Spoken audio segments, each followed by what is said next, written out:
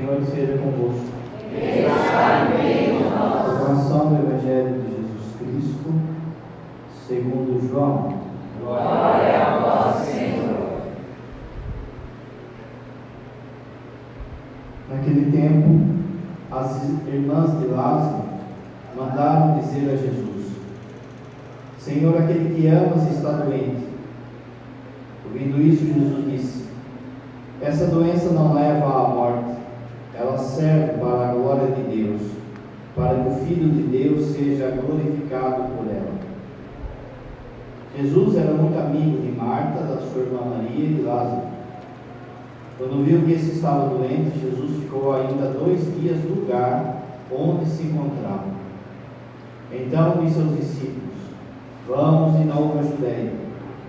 Quando Jesus chegou, encontrou Lázaro sepultado havia 4 dias. Quando Marta soube que Jesus tinha chegado, foi ao encontro dele. Maria ficou sentada em casa.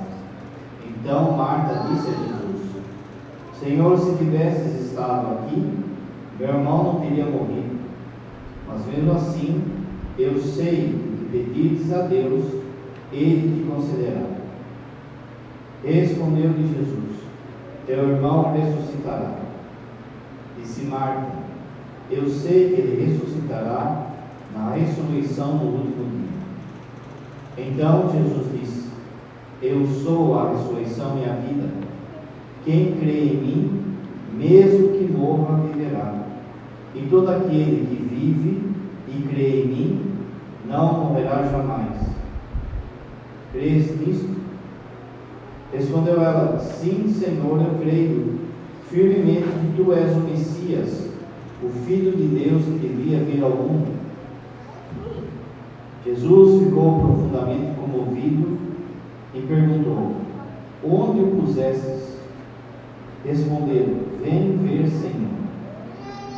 E Jesus chorou. Então os judeus disseram: vede como ele o amava.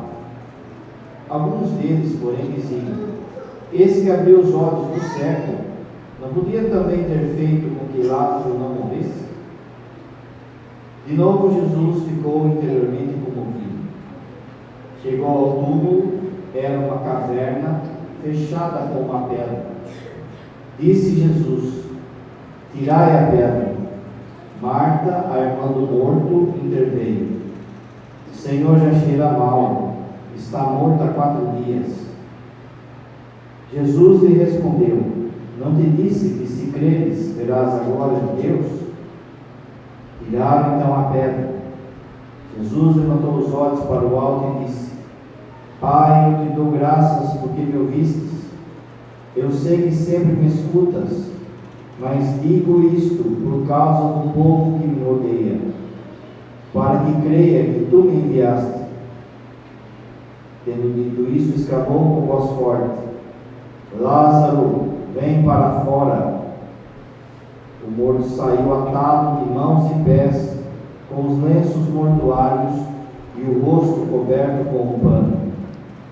Então Jesus lhes disse: desatai-o e deixai-o caminhar. Então muitos dos judeus que tinham ido à casa de Maria e viram o que Jesus fizera, creram nele. Palavra da salvação. Glória a vós, Senhor.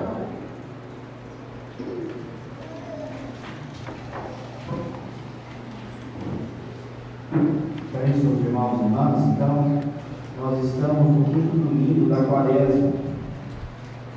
Semana que vem é o domingo de Ramos e da Paixão do Senhor.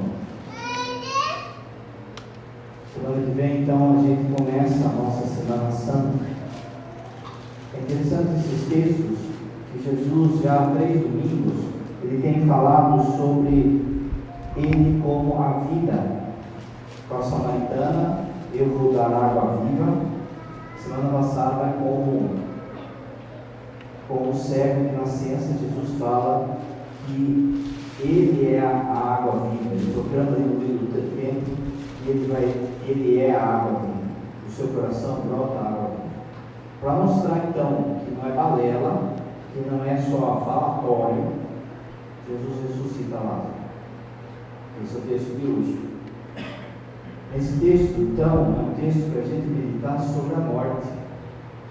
Então, o título dessa homilia é Verdades sobre a morte. Tem muita confusão em relação à morte. Porém, a doutrina católica, ela segue aquilo que Jesus ensinou sobre a morte. A primeira coisa sobre uma verdade, sobre a morte, é que a morte é fruto do pecado. A morte não é um desejo de Deus. Deus não pensou a morte.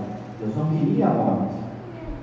Quando Deus criou o ser humano, a proposta era que, passado o tempo determinado para que aquela pessoa vivesse naquele jardim, ela iria de corpo e alma para o céu.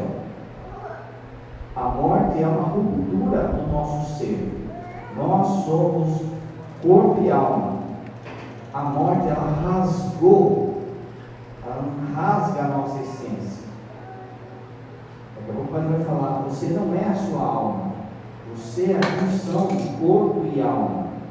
Se a minha alma pudesse, ela não pode, mas se a minha alma, por exemplo, pudesse estar no corpo de outra pessoa, não seria o Enéas, e não seria aquela pessoa. Para ser quem eu sou, é esse corpo, essa alma, essa união. Só que o pecado rasgou isso, de forma que o pecado trouxe então a destruição do corpo, e a alma, como na queda de Adão e Eva, eles fecharam o céu, a alma destinada ao inferno. Como Deus sabia que Ele ia salvar o mundo, Gênesis capítulo 3, versículo 15, Adão e Eva caem, e Deus já faz uma promessa de um Salvador. Como Deus já sabia que ia salvar o povo, Ele não deixa que as almas boas vão para o inferno. Também, como o Padre falou, está fechado o céu, não dá para ir para o céu. Então, falando aonde? Na mansão dos mortos. Daqui a pouco a gente vai rezar, eu creio. Jesus desceu a mansão dos mortos, pegou a galera que estava lá e falou: vamos comigo. Mas veja, se não fosse essa sabedoria de Deus, de que Ele já ia salvar, já ia enviar o Salvador, a alma de todas as pessoas depois dessa vida iriam para o inferno. Então, São Paulo fala assim, na segunda leitura: embora nosso corpo esteja ferido de morte por causa do pecado. Primeira verdade, então, o pecado é fruto, a morte é fruto do pecado. Você lembra também São Paulo que fala: o salário do pecado é a morte. Segunda verdade sobre a morte: a morte é inevitável, né? Todos não sabem que vai morrer. Então, não adianta as pessoas quererem disfarçar a morte. A gente vive em tempos em que querem esconder a morte. A morte, primeiro, ela foi banalizada por conta de filme, de seriado, de novela, de videogame, da violência. No Brasil são 60 mil homicídios por ano, é o número de guerra, 60 mil por ano. A morte, então as pessoas banalizaram a morte. A vida vale hoje no tênis, no celular, mas ao mesmo tempo as pessoas tentam mascarar a morte. Isso traz uma consequência de que a gente estamos numa sociedade que não consegue nem meditar sobre a própria morte. Você pega, por exemplo, muita gente, em nome de proteger uma criança do trauma, da morte, então, por exemplo, nem leva uma criança no velório, ou não deixa que a criança saiba que toque, ou saiba que o vovô morreu, ou que o tio morreu, com medo de traumatizar aquela criança. Mas traumatizar a criança é não tocar na morte, porque a morte é uma coisa da vida. Todos nós temos que aprender a lidar. Não é à toa que a gente vive numa sociedade com um sentimentalismo tóxico. Não é um sentimento, o sentimento como Deus deu como dom, mas um sentimentalismo tóxico. Então, por exemplo, em alguns países, não se fala, o que morreu, o outro morreu, se fala assim, ele passou daqui. Tem medo de falar a própria palavra da morte, vai se mascarando a morte. No fundo, também, o que é essa busca pela juventude eterna? Hoje em dia, as pessoas, elas querem a juventude eterna, né? Estica aqui, puxa ali, põe isso, põe aquilo outro. Porque quando o meu corpo dá sinais do tempo em que minha hora está chegando, eu preciso esconder isso. Só que na Bíblia e na vida dos santos não foi assim. Na Bíblia, o respeito se deve aos mais velhos, aos idosos. Na Bíblia é falado, por exemplo, que existem duas coisas que irritam Deus: um jovem orgulhoso e um idoso sem juízo. No desejo, às vezes, de mascarar a morte, as pessoas, às vezes, ficam, como o padre falou, puxa daqui, estica dali, ou então ficam buscando completar um vazio diante do medo da morte. Você vê, por exemplo, o que é essa crise de meia-idade que afeta homens e mulheres, mas principalmente homens? É porque ele chega num estágio da vida dele que ele percebe que não é mais jovem, e que a vida, e que a morte está chegando, e que as dores estão chegando, mas ele não quer ainda isso. Então ele vira o tiozão do pavê, sabe o tiozão do pavê? O tiozão do pavê é aquele um que faz as piadinhas sem graça, né? Que dá uma louca nele, ele compra lá um Maverick, ele compra um jet ski, ele larga a família, ele, no fundo, o que está pegando ali é esse medo da morte, não se faz aceitar. As pessoas idosas, a gente vê também a imaturidade, às vezes, de pessoas idosas de se prepararem para esse passo que é traumático, a morte. Aqui, gente, não é para que a pessoa, então tem que viver no caixão, tem que viver. Não, mas, de novo, quanta gente que não se prepara para fazer essa passagem. Quando o padre vem para cá, a chácara lá, que o padre cuida de moradores de rua, é lá na Vila Crepo, lá perto da igreja de São José. E aí, quando o padre vem, eu venho ali pelo Marvito. E lá, perto do Marvito, tem a terceira idade. E aí, eu passo ali de dia e tá assim, parece point de jovem, sabe? E aí você vê lá os velhinhos, você acabou da gafieira, as velhinhas, achando que está com formiguinha na garça ainda, mas mas assim, tem problema? Lógico que não. Só que muitos ali vivem para isso. Olha o discurso: eu já criei meus filhos, já estou aposentado, agora vou curtir a vida. Saiba então curtir, porque uma hora ou outra Deus vai chamar. Então veja, a morte é inevitável, você não pode ficar escondendo. Aqui entra o grande trunfo dos santos. Os santos sempre meditavam sobre a própria morte. E você tem que pensar isso. São Jerônimo, por exemplo, ele era professor, ele escrevia, respondia cartas, ele tinha uma caveira ali na mesa onde ele escrevia. Para quê? Para lembrar que você vai morrer. Durante o exame de consciência deles, eles faziam o que ele chamava de memento morte, que é assim: lembre-se que você vai morrer. Por que é importante isso? Não é para ser trágico, é importante isso para que você pense assim: se for hoje, estou pronto. Daqui a pouco, sei lá, vou pegar a estrada, daqui a pouco eu vou fazer um serviço, vou subir no telhado, daqui a pouco eu estou pronto.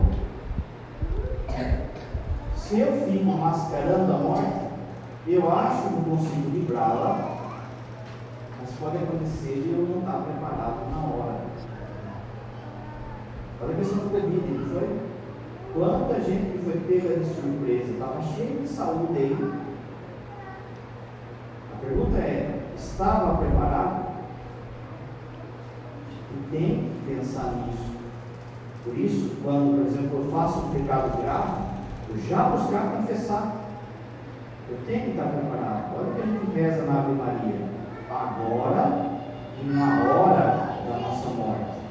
É a hora da sua morte que vai definir para onde você vai. Você vai para o céu ou vai para o inferno. É na hora da sua morte. Você tem que estar preparado, você tem que estar em estado de graça. Mas de novo, o mundo fica escondendo a morte e daí ninguém se prepara. De novo, se antigamente se buscava a vida eterna, hoje as pessoas querem a virtude eterna. A morte não é um ponto de chegada. Muita gente pensa assim, a morte é assim, morreu, acabou. Olha, se morreu, acabou, então vamos curtir a vida, vamos aproveitar a vida. Não, filho, a morte também não é isso.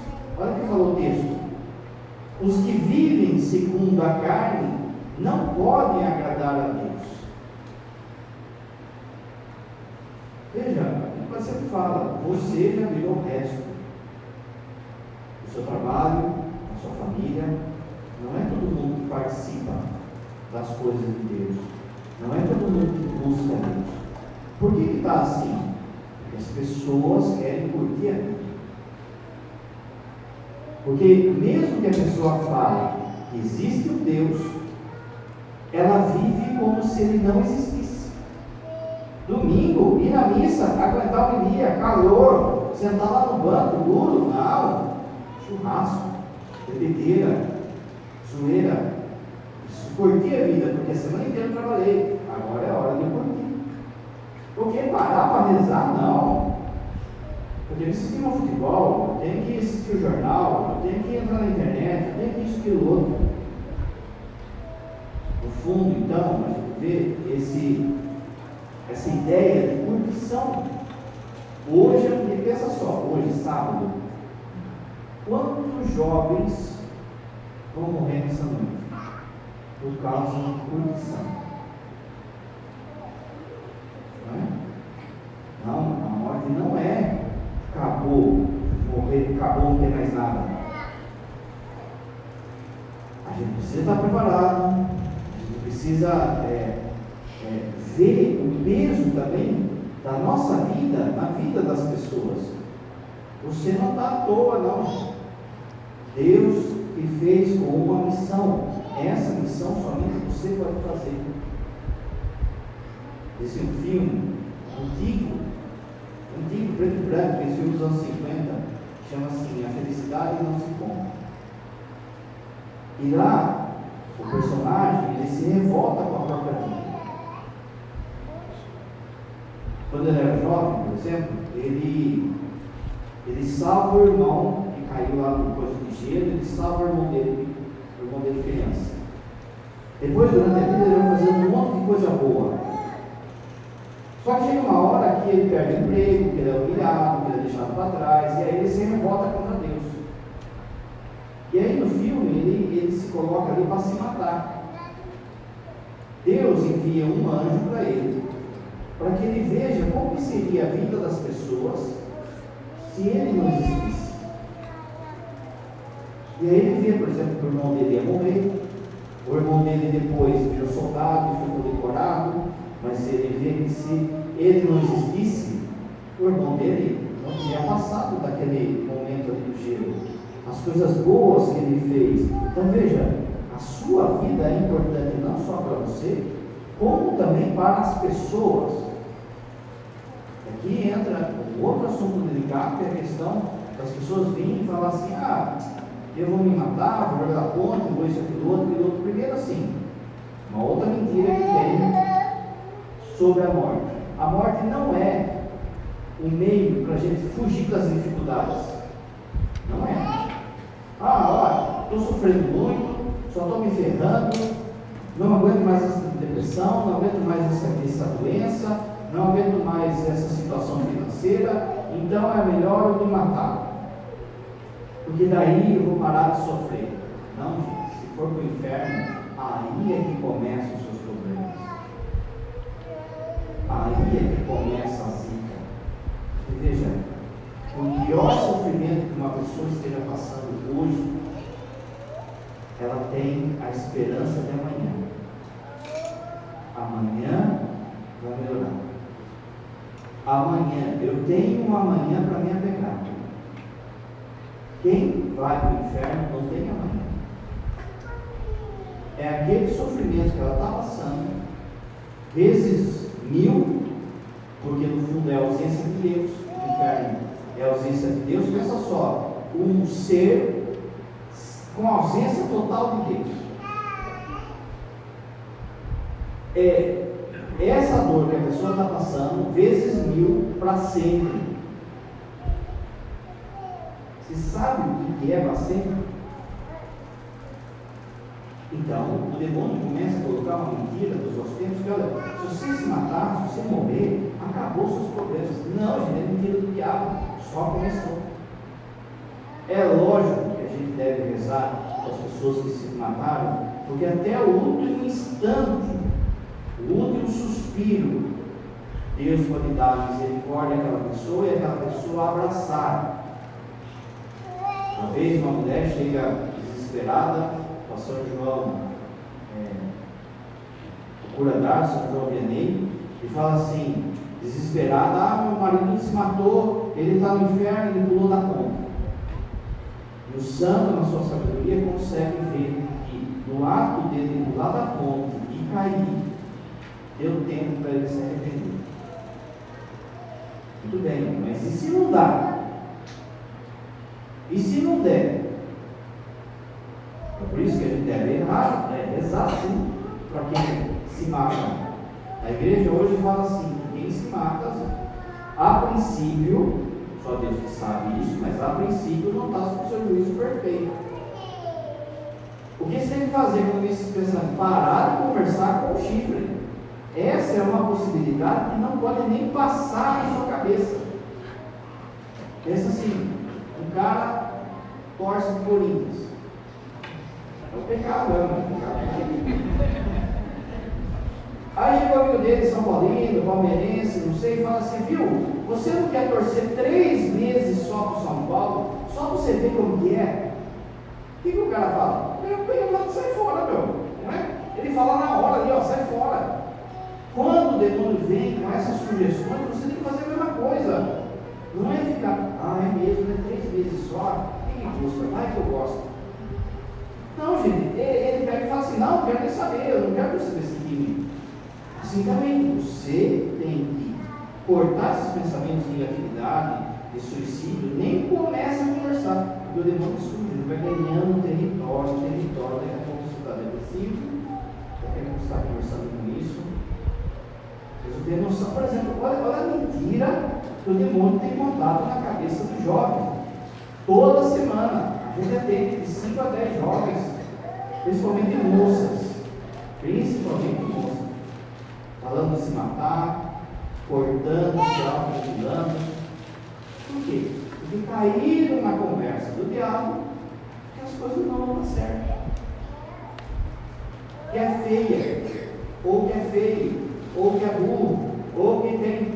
Não é? Outro dia veio a menina e falou assim que queria operar a testa, que diz que a testa dela era muito grande.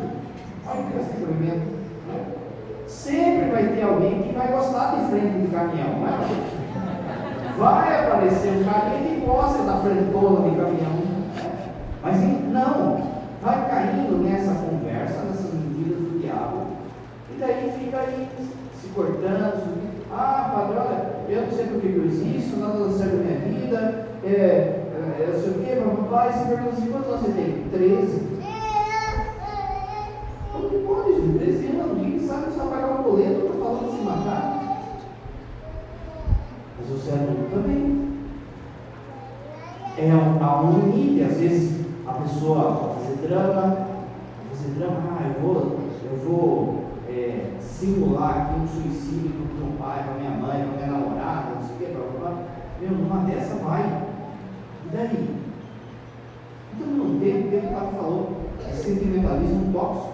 Então não tem, porque as pessoas não sabem terminar namoro. Não é? Termina namoro, faz aquele drama, vou me matar, vou tomar 3 litros de laxante. Toma, quem sabe sai, que tá na cabeça aí. É mentira do inimigo, de novo, não vai resolver. O que resolve é santidade. A primeira leitura de ontem falava disso. Outra verdade sobre a morte: só se morre uma vez. Carta aos Hebreus. Por que isso? Porque não existe reencarnação. A nossa fé é na ressurreição. Só se morre uma vez. Não é morre, volta de novo, morre, vive, morre, né? O Espiritismo, ele nega 98 verdades da fé católica. 98. Entre elas, a reencarnação, a transmissão de almas, o ver vulto. Essa questão da turma ficar vendo vulto é influência espírita no nosso país. A novela, a Rede Globo, foi a grande propagadora dessa questão de espiritismo no país. E aí a gente vê católico de missa de domingo publicando frases ou palavras de Chico Xavier, de João de Deus, isso aqui. Vai ver a história dessa turma. Mas, enfim, qual é a grande mentira que o Espiritismo conta? Qual é o grande erro doutrinal? O maior erro doutrinal do Espiritismo é dizer que o sacrifício de Cristo não serve para nada. Pensa assim, faz de conta que você é uma Coca-Cola, não, uma garrafa d'água. Essa garrafa d'água, ela está suja. Aí você morreu sujo. Aí o que acontece com você? Você vem numa outra vida. E aí você se purifica um pouco, né? Não sei o que fala, vai se purificando. Aí vai para outra vida, vai se purificando, vai se purificando, vai se purificando. Chega uma hora que você se purifica inteiro e pronto, está salvo, virou um espírito de luz.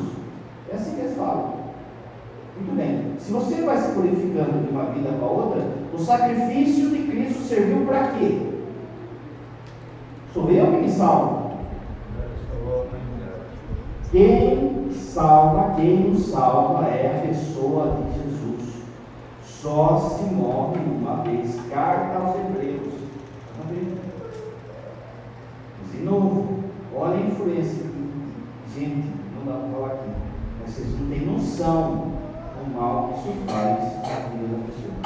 Essa semana vai atender um cara, um rapaz de 39 anos, que chegou travado. E que era? Há uma carga espiritual. A pessoa abre uma porta que ela não consegue controlar. Outra verdade que é preciso falar sobre a morte. Tem gente aí que fala assim: os mortos estão dormindo. Não é?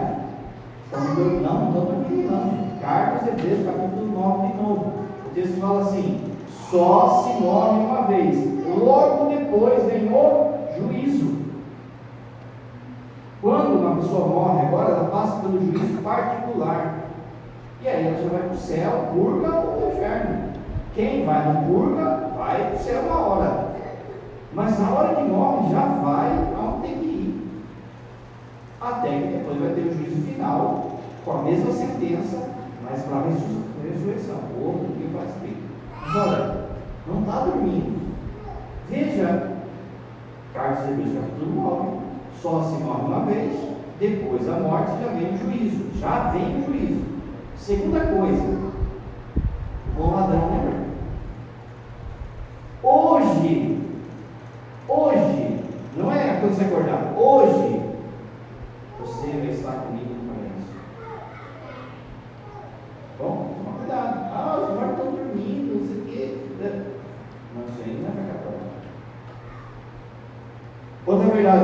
sobre a morte? A morte é uma dor, mas ela não pode ser uma desesperança. Quando uma pessoa que morre, você tem o direito de ter dor. Você tem o direito de chorar. Você viu no texto? Jesus chorou. O que você não tem o direito é de se revoltar contra Deus. É de viver eternamente esse luto. É de viver a sua vida em função desse luto. Nem a pessoa que faleceu quer isso. Pensa assim, se faleceu já a sua avó, a sua mãe, um amigo seu que você gosta muito. Naquela hora, naquele momento, dói e dói muito, você sabe. Tem hora que parece que arrancou um pedaço da gente. Mas veja só, se essa pessoa já está no céu, se você perguntar para ela, e se desse você assim, mas se pudesse perguntar para ela, viu, você quer ficar aí no céu ou quer voltar aqui e viver? Aqui tem Covid, aqui tem imposto, aqui tem briga de esquerda e de direita, aqui tem. Pensa, ele está diante de Deus. Você vai querer voltar? São Felipe Neri, ele ia celebrar a missa, e aí chegou a família de um príncipe lá. Falou assim: Padre Felipe, o senhor precisa ir correndo lá nos nossos pais, porque o nosso irmão, o príncipe, o Paulo, era o príncipe, o moço, ele está morrendo. Ele falou: agora que eu vou celebrar a missa. E celebrou a missa. E aconteceu mais ou menos o que aconteceu com Jesus. E Jesus demorou 4 dias para chegar onde Lázaro estava. E se a missa de São Felipe Neto durava 3 horas? Porque ele partiu. Quando ele terminou a missa, ele foi lá na casa lá do príncipe. Chegou lá o pai com a mãe dele, chegou com as pedras na mão. Se o senhor tivesse vindo logo, ele tinha morrido. Porque ele sabe que o senhor vai milagre, aquela coisa toda, né? Aí ele foi lá quietinho, e fez uma oração. Rezou pelo Paulo. E o Paulo ressuscitou. Paulo ressuscitou. Ele levantou, ele sentou no caixão, mas os pais dele, tudo alegre, ter ressuscitado, São ter ressuscitado o Paulo, mas o Paulo, o jovem, ficou assim, um choro. Aí São Felipe falou assim: mas por que você está triste? Você não está vendo seus pais de novo? Ele falou assim: eu sei a preocupação dos meus pais. Eu sei que o Senhor, meu Pai, o Senhor me ama. Mas eu estava vendo Deus. Eu estava vendo Nossa Senhora. Agora você trouxeram aqui de novo. E São Felipe assim, fala assim: então você acha que ele está vermelho? Eu acho. Não vai morrer de novo. O cara morreu de novo. Olha aí. A morte, ela é uma dor, mas não é uma dor para a gente entrar em desespero. A maior homenagem que se pode fazer para quem morreu é você ser santo. Pensa os pais de Paulo. Paulo já está lá. O que o Paulo quer agora? Voltar? Não. O Paulo quer que os pais dele chegassem lá. A maior homenagem que se pode fazer para alguém que já faleceu é você ser santo. É você cumprir a sua missão. Ele espera que você cumpra a sua missão. Se você tem saudade dessa pessoa, fica santo, vive a santidade. O padre já falou, depois você procura no YouTube. Quando o exército americano, ele envia lá os soldados ficam 2 anos, 1 ano fora de casa. E aí quando eles voltam, tem vídeo disso, quando eles voltam, eles fazem surpresa para a família. Então, às vezes, o soldado, ele fica escondido numa caixa, ou ele fica vestido de palhaço, ou ele fica vestido como se fosse um Mickey, assim. E aí tá lá, ele vai na escola da criança, por exemplo, e lá está lá a criança jogando bola, alguma coisa, e de repente, sei lá, ele tira a máscara ou sai da caixa, a criança percebe que é o pai, ela larga tudo o que está fazendo e vai correndo ao encontro do pai ou da mãe. No caso dos Estados Unidos também tem mulheres que estão no exército. Ela larga tudo e vai correndo e abraça e chora aquela coisa. Quando chegarmos no céu, as pessoas que a gente ama, que já vão fazer assim, eles vão vir correndo atrás da gente. Pensa só. Vão vir correndo e vão nos abraçar, e vão dar um cheiro e vão falar: que bom que você veio, porque agora nada mais você separará. Você vai viver eternamente com essa pessoa, e você sabe que dói no seu coração, ela não está com dor. Essa morte não é um lugar, um momento de desespero. Você tem o direito de chorar, mas você não tem direito de se revoltar, de viver em favor desse luto. Nem essa pessoa quer. Ela quer que você sangue. Quando chegarmos no céu, as crianças que foram abortadas, às vezes de propósito, às vezes de modo espontâneo, se essa pessoa que fez o aborto se arrependeu, o pai e a mãe se arrependeu, a hora de encontrar com essa criança, que ali vai ser a idade de Cristo adulto, quando encontrar com essa criança, com essa pessoa que foi abortada, ele vai chegar para o pai e para a mãe e vai falar assim: olá, eu sou seu filho, eu sou sua filha. Se for espontâneo, um aborto espontâneo, a pessoa, mas se for algo que a pessoa fez, é lógico, a pessoa vai chorar, vai pedir desculpa, e essa criança vai falar assim: mãe, acabou, a gente está aqui. As pessoas ficam assim: porque gerar filho no mundo desse, você vai gerar filho para sofrer? Pensa só, você corta a existência de uma pessoa, você corta a capacidade dela viver o céu eternamente com você por causa de dinheiro, por causa de não ter um carro, ter um carro melhor, por causa... Olha a indústria da morte que está entre os casais hoje em relação a não ter filhos. Por quê? Eu preciso ter coisas. Eu deixo de dar existência a uma pessoa. No começo do ano passado, lembra que teve a Semana da Mulher? Veio uma mulher ali com 11 filhos. Lembra? Nossa, que loucura! Mas pensa só depois que nasce que da hora. Você já pensou a casa como que é? Não é? Você já pensou assim o domingo, por exemplo, o domingo, aquela coisa lá, aquela coisa? Aí um dia ela estava no elevador e uma mulher debochou dela, falou: não, você é a mãe dos 11 filhos, você é louca? E ela arrancou uma foto que ela tinha no celular e mostrou os 11 filhos e falou assim: tá bom, qual desses daqui você mataria? Entende? Eles deram, foi dada a vida àquela criança. Aquela criança foi dada a capacidade dela ir para o céu, dela viver eternamente com Deus, é o dom da vida, gente. Mas olha a cultura de morte que eu dou na nossa cabeça.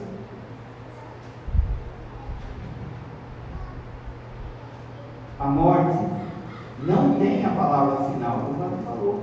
Olha o texto: eu sou a ressurreição e a vida. Quem crê em mim, mesmo que morra, viverá.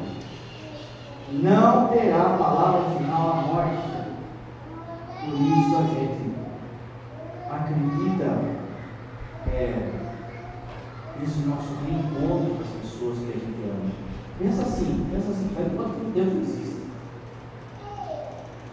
Se Deus não existe, essa pessoa que morreu, você nem saudade, você nunca mais vai ter.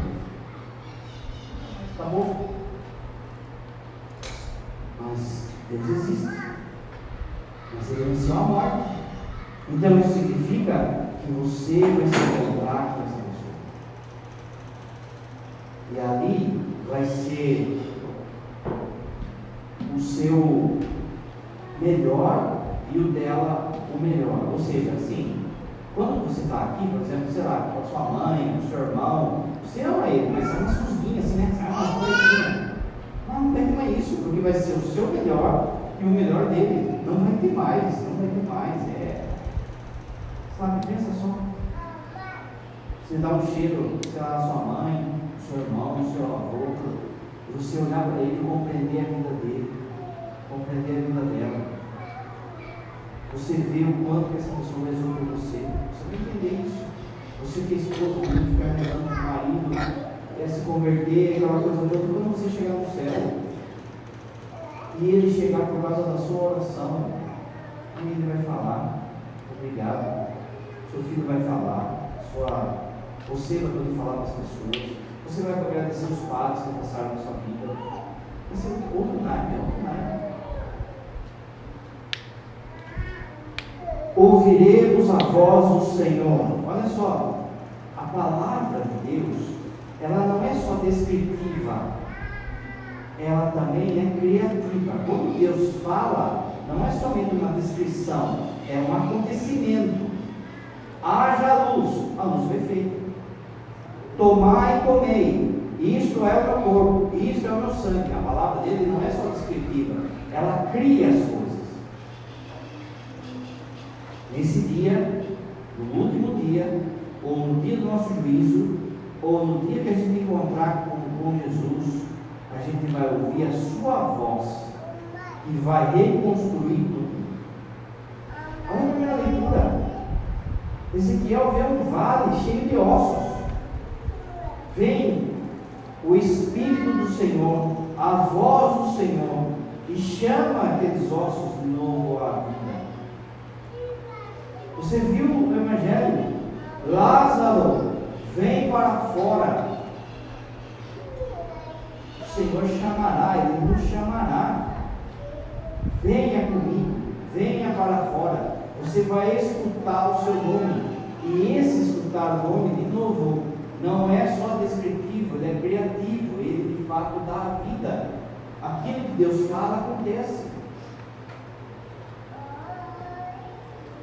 As leituras todas falaram hoje de ouvir que os mortos ouvirão a voz do Senhor. A ressurreição final, que o Padre vai explicar também, não é? Mas em modo especial quando o Senhor nos chamar.